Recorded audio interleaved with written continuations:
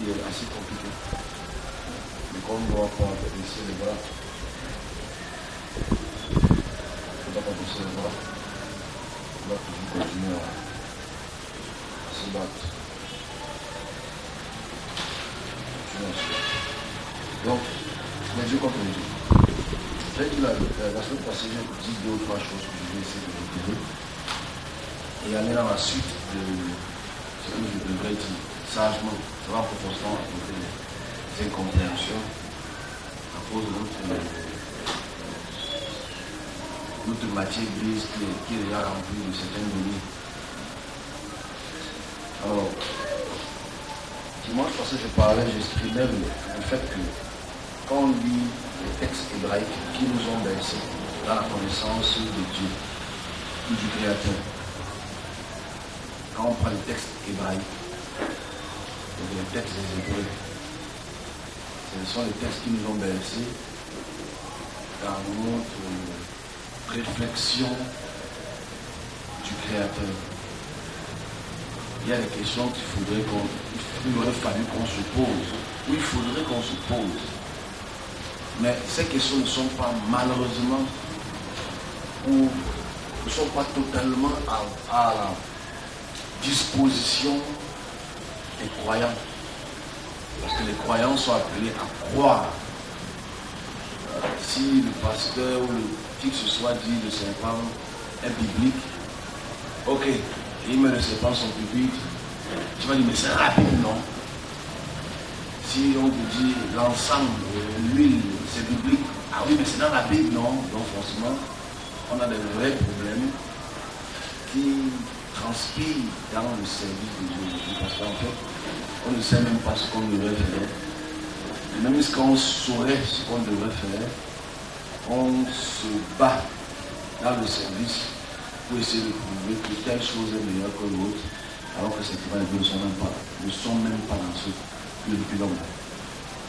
Donc quand on parle de Dieu contre les dieux, c'est un aspect qui est trop important pour comprendre. C'est vrai que ce que je dis est peut-être trop lourd. Voilà pourquoi les gens ne viennent pas, parce que ce que je dis est trop lourd, mais je dois me rôle malheureusement dans ce sens. Ce que je dis dans le sens du Dieu hébreu, c'est le Dieu hébreu, c'est Yahweh. Ou bien Yud-Heh-Vav-Heh, c'est-à-dire le tétragramme. Pour ceux qui savent lire l'hébreu, ceux qui savent pas lire l'hébreu, c'est là compliqué parce qu'on peut utiliser une traduction. Et j'ai expliqué la semaine passée. Le premier facteur, c'est trop important. Qui a donné le nom de Dieu à Dieu? C'est la première chose. Il dit que je m'appelle Yahweh. Parce que le mot Yahweh est interprété dans vos textes, dans votre Bible, éternel. Il dit je m'appelle l'éternel. En fait, Yahweh ne veut pas dire éternel. Yahweh veut dire Yahweh. C'est l'interprétation qui veut te faire comprendre que Yahweh veut dire éternel. Voilà la première chose pour le Seigneur de Dieu. Qui doit déjà avoir ce n'est pas votre portée. Votre portée, c'est chanter. Votre portée, c'est danser. Mais c'est comme si je dis, je m'appelle Yves. Donc, je me suis nommé Yves, ou ce sont mes parents qui m'ont nommé Yves. C'est une réflexion qu'il faut qu'on ait. Parce qu'on va aller dans les caractéristiques de Yahweh. C'est très important pour voir la caractéristique de Yahweh et se poser la question si ça pourrait être lui qui a créé ce monde et qui contrôle ce monde au sens de royaume. Donc déjà le nom Yahweh pose problème parce que le nom Yahweh c'est le nom qu'on retrouve dans la Genèse jusqu'à tous les textes prophétiques. Les textes de ceux qui se nomment prophètes appellent ainsi par Yahweh. Donc ça veut dire c'est lui qui est. C'est lui qui. Voilà un peu notre erreur qu'il faut qu'on corrige. C'est-à-dire que c'est Yahweh qui nous parle pour donner les messages d'un petit pays. Alors que ce n'est pas le rôle de Yahweh. Le rôle de Yahweh, c'est être le créateur. Le rôle de Yahweh, ce n'est pas le communicateur. Le communicateur, c'est supposé être un ange. Voilà encore un autre problème, c'est quoi sur les serviteurs du tout le monde comprend. C'est que la personne qui communique un message, ce n'est pas le créateur. La personne qui communique un message, c'est un ange.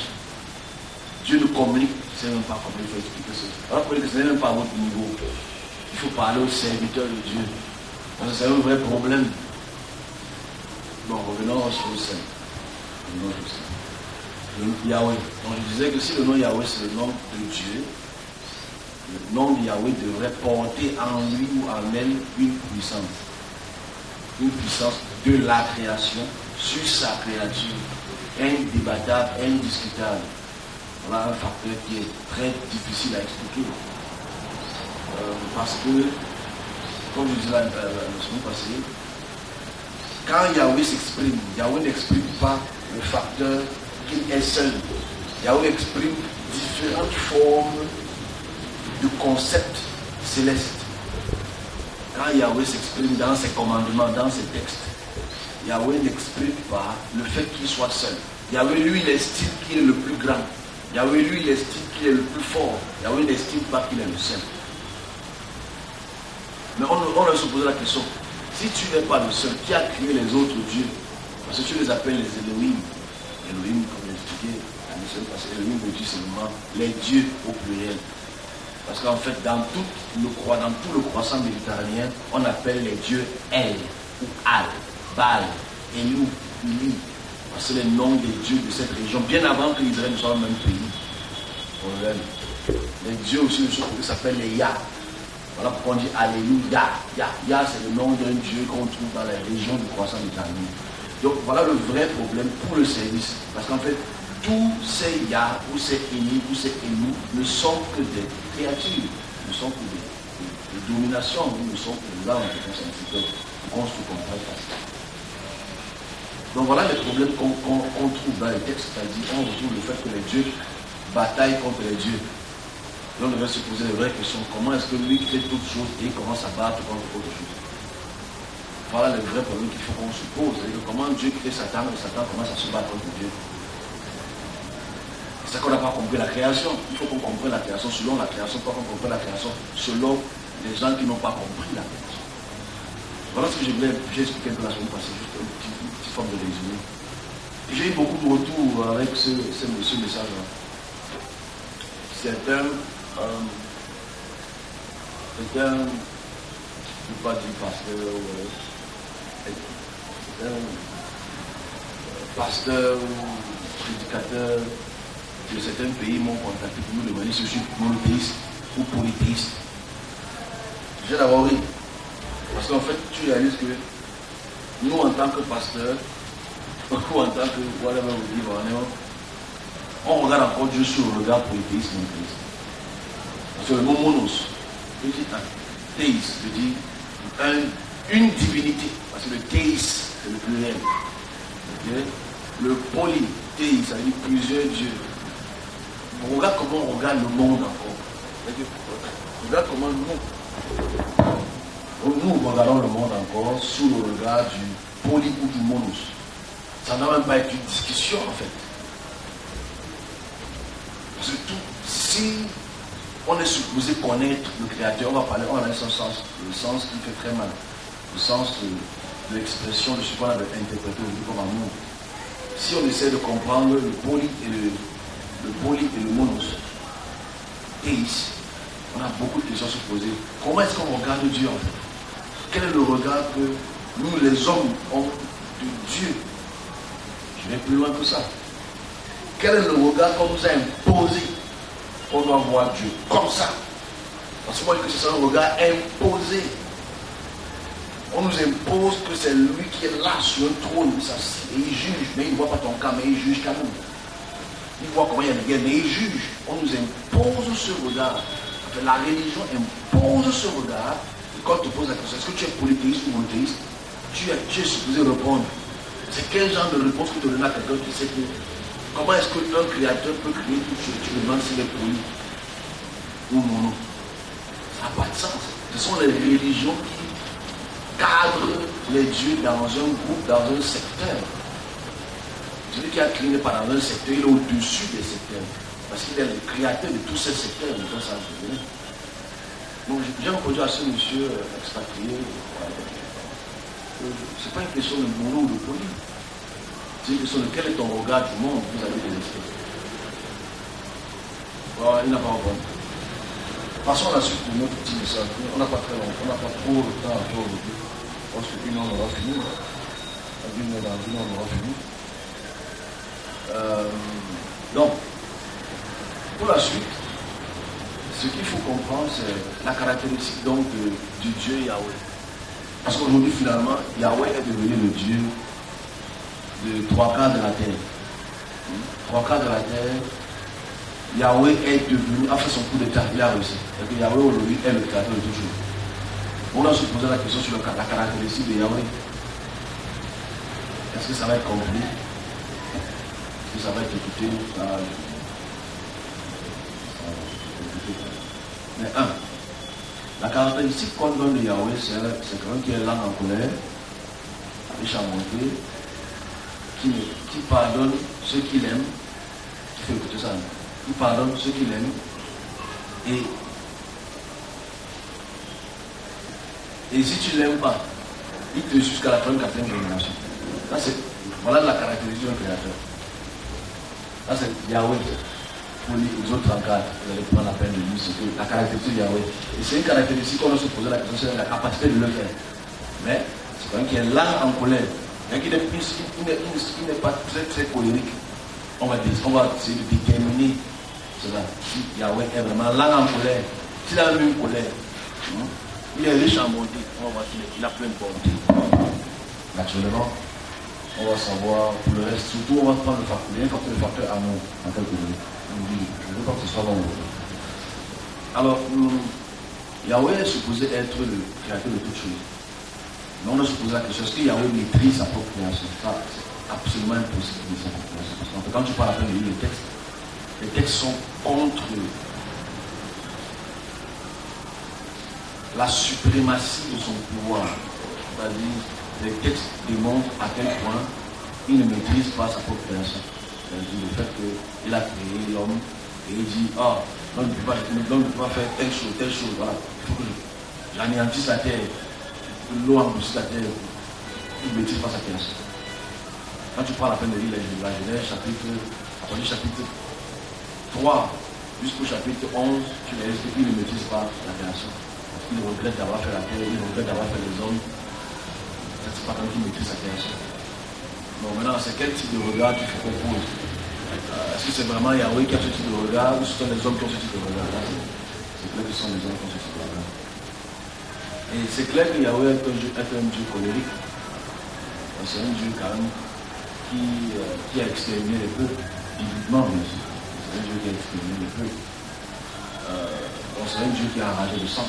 Regardez le mot arranger le sang, parce que c'est un Dieu qui aime bien le sang. C'est un Dieu qui demande les sacrifices d'hommes. C'est un Dieu qui demande les sacrifices d'hommes. C'est un Dieu qui demande les sacrifices d'enfants. C'est un Dieu qui demande les sacrifices d'animaux. Là, c'est Yahweh. C'est la caractéristique de Yahweh. Parce qu'il faut dire ça aux ceux qui écoutent. Parce qu'on a souvent la tendance à dire que Dieu est amour. On va parler de Dieu amour là tout à l'heure. On va se comprendre. J'espère qu'on va se comprendre.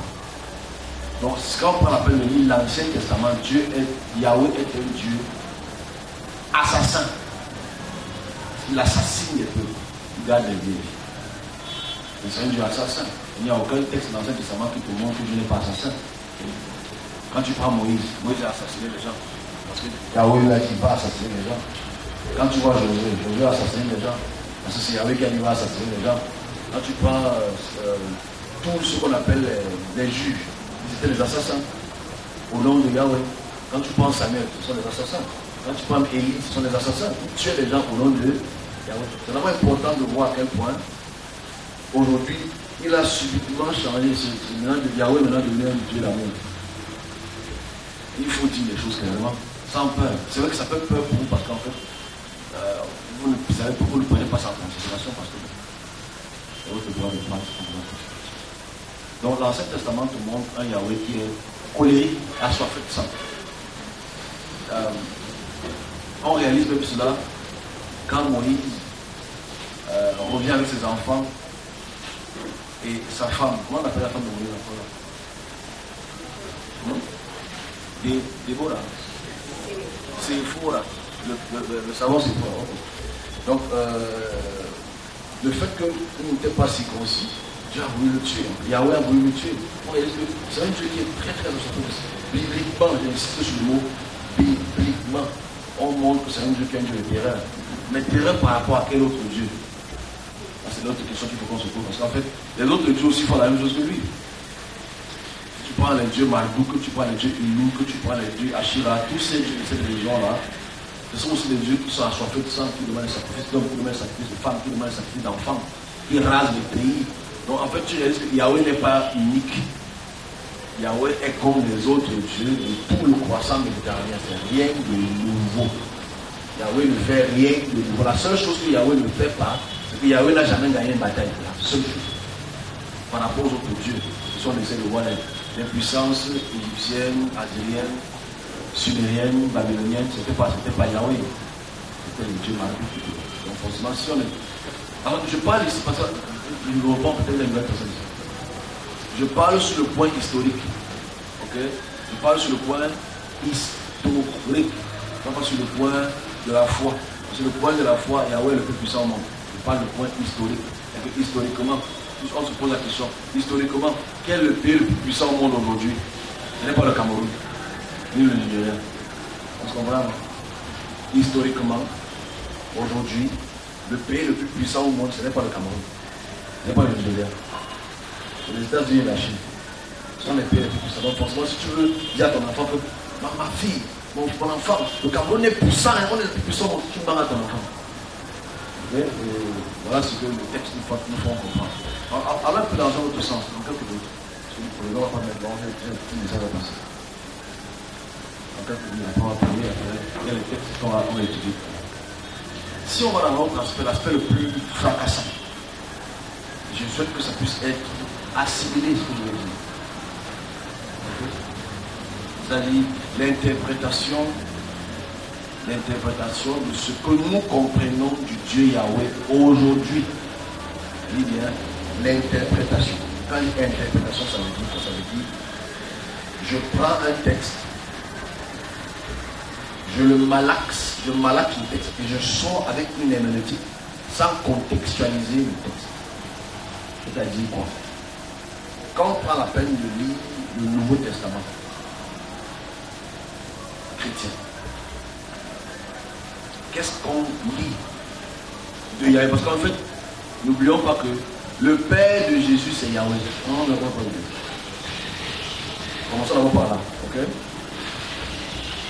Le Père de Jésus-Christ, c'est Yahweh. Il faut d'abord qu'on remette. Jésus-Christ n'est pas Yahweh dans l'évangile. Bon, après beaucoup d'étapes, mais de Yahweh, c'est pas grave. Je dis, celui qui envoie Jésus, celui qui envoie le Christos, le Meshiach, c'est Yahweh. Donc, Yahweh est supposé être le même. Donc, on commence par là. Parce qu'en prochaine personne, quand on pense que Dieu a changé, on a cette notion que le pasteur veut nous faire ressortir. Il faut absolument casser cette mentalité-là. Et la rendre caduque. Celui qui envoie le Christos, c'est Yahweh. Christos veut dire en grec, Messie. Celui qui envoie le Christos, c'est Yahweh. Donc naturellement, quand il envoie le Christos, qu'est-ce que lui-même en tant que Yahweh est? Est-ce que sa caractéristique a changé? On a se poser la question. Maintenant, quand il envoie son Christos, selon le texte, est-ce que le Christos là est plein d'amour, comme on veut nous faire comprendre? Voilà là où on va peut-être siéger et on va poser des questions sagement. Ok, vous savez, il y a un vrai problème dans ce qu'on appelle l'herméneutique. Bon, la science herméneutique, pour ceux qui sont nouveaux ou nouvelles, c'est l'étude du texte et l'interprétation d'un texte selon un contexte. C'est l'étude du texte et l'interprétation d'un texte, c'est-à-dire aujourd'hui, on a, par exemple, on étudie le journal Messager aujourd'hui, par exemple, et on voit qu'il te parle du RDPC, qui te parle du MS. Quel est le contexte de cette nouvelle que tu lis? Chaque écriture a un texte et un contexte. Le contexte veut dire une période ponctuelle dans laquelle le texte a été écrit pour une utilité Et qu'aujourd'hui, quand le messager écrit MSC contre LPC, c'est que c'est un contexte peut-être politique, c'est un contexte qui est peut-être d'élection, etc. Donc l'héménétique maintenant te permet de dire, ah, le monsieur qui a écrit le texte-ci du messager, il est pro-canto. Là, c'est maintenant ta pensée, c'est ce qu'on appelle l'héménétique. L'héménétique, maintenant, c'est la pensée que tu déposes sur un texte que tu interprètes. On appelle l'héménétique. C'est ce qu'on peut penser. Quand tu ne comprends pas l'héménétique, tu vas forcément comprendre la suite. Parce que les 99,9% des serviteurs de Dieu, les pasteurs, sont devenus des héménétiques. Donc, on dit donc dans Yahweh et son fils. Yahweh et son fils, c'est très important de comprendre que, contextuellement, Yahweh est le Dieu des Juifs. Deux, son fils, naturellement, est juif. Donc les deux contextes devraient être posés sur la table. Ok. Troisième point. Son fils, le fils de Yahweh, qui est Jésus, est quelqu'un qui est un hébraïsant. C'est-à-dire qu'en fait, il connaît les textes des 5 livres de Moïse, il connaît les textes des prophètes. Parce que en fait, la réalité dans ce que je dis, c'est quoi? C'est que celui qui écrit,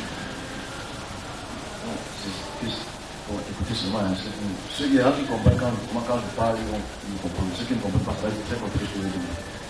Jésus, dans les textes hébraïques, n'a pas d'image. Il n'a pas de vie. La vie que Jésus, Christ a dans le texte, c'est la vie de David, d'Abraham,